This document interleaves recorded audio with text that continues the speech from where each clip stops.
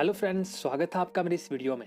आज मैं आपको इस वीडियो में बताऊंगा Jammu and Kashmir social welfare post matric scholarship schemes के बारे में, जो कि जिनके ऑनलाइन एप्लीकेशन फॉर्म सबमिट होना स्टार्ट हो चुके हैं। जैसे कि आपने स्क्रीन पे देख रहे हो कि नोटिफिकेशन जो government of Jammu and Kashmir directorate of social welfare ने इशू की हुई है, रिलीज की हुई है, और सब्जेक्ट लिखा हुआ है submission of online scholarship application under post matric scholarship scheme from student belongs to schedule caste, back OBC और ईबीसी, जो भी यहाँ पे लिखा हुआ है, ठीक है ना। ये इस तरह से नोटिफिकेशन रिलीज हो चुकी है। और इसके जो ऑनलाइन एप्लीकेशन फॉर्म है, पहले हम इसका थोड़ा नोटिस के बारे में पढ़ेंगे कि क्या यहाँ पे लिखा हुआ है। ये स्कॉलरशिप है SC OBC और जो फिजिकल चेंज पर्सन है, ठीक है, उनके लिए ये स्कॉलरशिप है। जैसे कोई बच्चा गवर्नमेंट या प्राइवेट यूनिवर्सिटी या एजुकेशन इंस्टीट्यूट में पढ़ रहा है, जैसे 11th हो गया, 12th हो गया, डिप्लोमा कर रहा है, जहाँ तो ग्रेजुएशन कर रहा है, पोस्ट ग्रेजुएशन कर रहा है, या BEd MPhil PhD कोई भी प्रोफेशनल कोर्स कर रहा हो या टेक्निकल डिग्री कर रहा हो किसी भी गवर्नमेंट इंस्टीट्यूट या प्राइवेट इंस्टीट्यूट से, तो उनके लिए स्कॉलरशिप है। यहाँ पे ये कैटेगरीज लिखी हुई है कि किस किस के लिए स्कॉलरशिप है और कौन कौन एलिजिबल है इसके लिए। उसके लिए आपको क्या करना होगा, यहाँ पे बताया हुआ है कैसे आपने इसको अप्लाई कर सकते हैं। तो सिंपली मैं ये यहाँ पे प्रोसीजर लिखा हुआ है। तो इसके ऑनलाइन एप्लीकेशन फॉर्म की बात करूँ, क्या क्या इसके साथ लगेगा, क्या क्या अटैच होगा, वो मैं आपको आगे बताता हूँ। यहाँ पे एक मेन चीज़ लिखी हुई है कि इनकम लिमिट होगी जो पेरेंट्स की, जो OBC कैटेगरी के हैं, एनुअल इनकम 2.5 लाख से कम होनी चाहिए। और सेम इकोनॉमिकली बैकवर्ड क्लासेस के जो स्टूडेंट्स होंगे जो अप्लाई करेंगे, उनके पेरेंट्स की इनकम भी साल की 2.5 लाख से कम होनी चाहिए। ऐसे है शेड्यूल कास्ट और बाकी के सब के लिए, ठीक है। 2.5 लाख से कम इनकम वाले ही इस स्कॉलरशिप अप्लाई कर सकते हैं। तो इसके लिए मैं आप बात करूं कि timeline for students for submission of online application submission की डेट की बात करूं तो देखो 20 अगस्त से जो ऑनलाइन एप्लीकेशन ओपनिंग स्टार्ट हो चुकी है इनकी, और लास्ट डेट 20 नवंबर है। तो ये में भी एक्सटेंड हो सकती है। वेरिफिकेशन की बात करें तो 20 अगस्त से लेकर 20 दिसंबर तक है। और सेंशन की यहाँ पे लिखा हुआ है, जैसे भी ये थोड़ा डिले भी हो सकता है। तो जिस तरीके से इन्होंने लिखा हुआ है, तो मैं आपको सीधे अब पोर्टल पे लेके चलूँगा कि कैसे आप अप्लाई कर सकते हैं इस स्कॉलरशिप को। इस स्कॉलरशिप को अप्लाई करने के लिए आपको सिंपली जाना है जम्मू कश्मीर की ऑफिशियल साइट पे, ऑफिशियल पोर्टल पे, जो जहाँ से आप बहुत से लोग डोमिसाइल अप्लाई कर रहे हैं। तो अगर आपने डोमिसाइल जहाँ कोई भी अलग डॉक्यूमेंट अप्लाई किया हुआ है यहाँ से, तो इस पोर्टल का जो लिंक है वो मैं आपकी स्क्रीन पे शो हो रहा होगा, jk.gov./Jammu Kashmir JK इस सर्विसेज। तो इस तरह से आप यहाँ पे जिन्होंने रजिस्ट्रेशन नहीं किया वो पहले रजिस्ट्रेशन कर ले। अगर आपने रजिस्ट्रेशन अभी तक नहीं किया तो आप मेरी वीडियो रजिस्ट्रेशन वाली देख सकते हैं, डिस्क्रिप्शन में भी उसका लिंक पड़ा हुआ है और वीडियो के एंड में भी आपको दिख जाएगा रजिस्ट्रेशन के लिए। अगर आपने रजिस्ट्रेशन की हुई है तो आपको लॉगिन आईडी और पासवर्ड मिला होगा। आपने सिंपली यहाँ पे लॉगिन आईडी और पासवर्ड डालना है अपना। तो लॉगिन आईडी और पासवर्ड यहाँ पे टाइप करना है। मैं अपना लॉगिन आईडी और पासवर्ड यहाँ पे डाल दूंगा।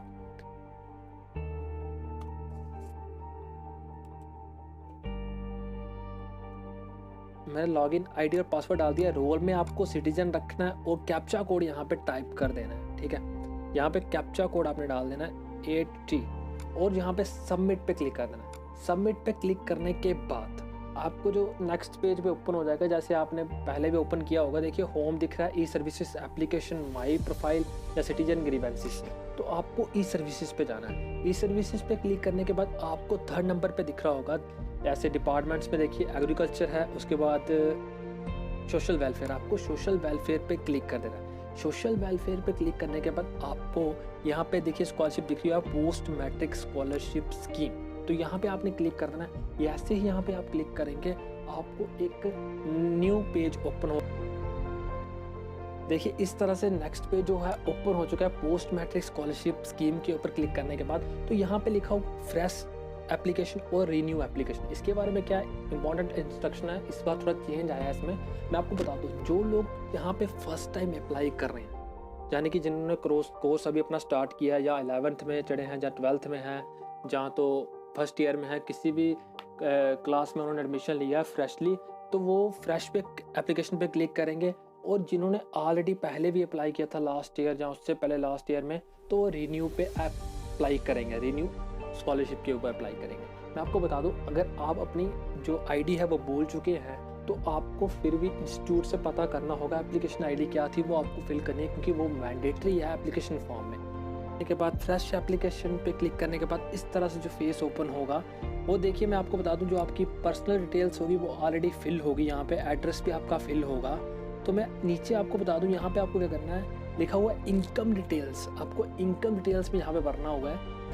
स्कॉलरशिप कैटेगरी में आपकी जो भी कैटेगरीज होगी वो आपको सिलेक्ट करनी है, ठीक है। जहाँ पे एससी दिख रही है तो एससी जो भी होगी आपकी, एससी ओबीसी या पीसीबी जो भी होगी आपकी, वहाँ पे आपने सेलेक्ट करना है। तो मेरी एससी है तो मैं एससी पे क्लिक करने के बाद यहाँ पे देखिए, देखना कि आपके जो पेरेंट्स हैं वो गवर्नमेंट सर्विस करते हैं, प्राइवेट सर्विस करते हैं, सेल्फ एम्प्लॉयड है या अनएम्प्लॉयड है, ठीक है। तो जो जैसे भी क्लिक जो होगा वो आपने यहाँ पे क्लिक करना है। एनुअल इनकम यहाँ पे मेंशन करनी है, जो भी आपके इनकम सर्टिफिकेट पे मेंशन होगी एनुअल इनकम, वो यहाँ पे मेंशन करनी है। 2.5 लाख से कम होनी चाहिए, वो यहाँ पे आपको डाल देनी है, ठीक है।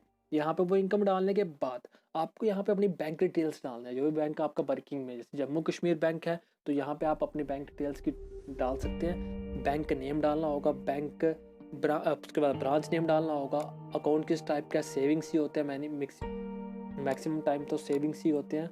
उसके बाद अकाउंट नंबर डालना होगा, AFC कोड डालना है। उसके बाद आपको यहाँ पे एकेडमिक डिटेल डालनी है, आपका जो प्रीवियस रिजल्ट होगा वो आपने यहाँ पे डालना है, एग्जामिनेशन नेम डालना है, इंस्टीट्यूट नेम डालना है, ईयर ऑफ पासिंग डालना है, मैक्सिमम मार्क्स, ऑब्टेन मार्क्स जो भी होंगे आपने यहाँ पे फिल कर देने हैं। उसके बाद आपको क्या करना है, details of course being presently pursuing, यहाँ से आप मतलब अपनी जो स्टडी कर रहे हैं वो यहाँ पे आपको फिल करना। सबसे पहले आपको नेम ऑफ द कोर्स डालना, जो आप कोर्स इस समय पढ़ रहे हैं वो आपको यहाँ पे सिलेक्ट करना, जो भी होगा।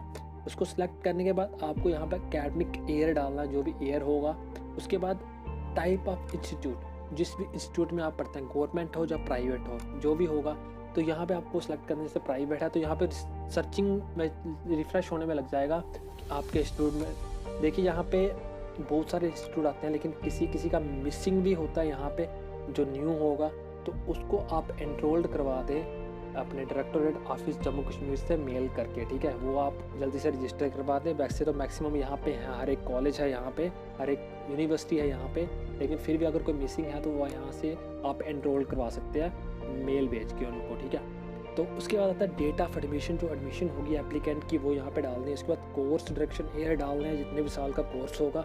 उसके बाद नेचर ऑफ स्टूडेंट, आप अगर हॉस्टलर है तो हॉस्टलर पे क्लिक करें, अगर डे स्कॉलर है तो डे स्कॉलर पे क्लिक करें। उसके बाद type of course, full time है या पार्ट टाइम है, डिस्टेंस में कर रहे हैं या फुल टाइम रेगुलर कर रहे हैं, तो यहाँ पे आपको वो डालना है। उसके बाद आपको यहाँ पे लिखा हुआ है फी डिटेल्स नोट, यहाँ पे नोट कुछ ऐसे लिखा होगा, fee should be entertain as per receipt, जो भी आप फीस यहाँ पे डाल रहे हैं वो आपकी रिसिप्ट पे होनी चाहिए, वही आपने यहाँ पे डालनी है। अदरवाइज एप्लीकेशन में be rejected if amount is not properly entered as per receipt. अगर आपने यहाँ पे अमाउंट रिसिप्ट के अकॉर्डिंग यहाँ पे नहीं डाली है तो आपकी जो एप्लीकेशन है वो रिजेक्ट हो जाएगी। तो यहाँ पे आपको नॉन रिफंडेबल अमाउंट डालनी है, यानी कि जो रिफंड नहीं होती है, जो आपने पे कर दी है। तो इसके बाद अटैचमेंट्स की बात करूँ, यहाँ पे इस साल थोड़ा चेंज आया है। पिछले साल यहाँ पे जो अपलोडिंग अटैचमेंट्स थी, जो साइज़ थे वो 200 KB से कम था, लेकिन इस बार इन्होंने 500 KB रखा हुआ है। तो यहाँ पे इन्होंने मे भी थोड़ा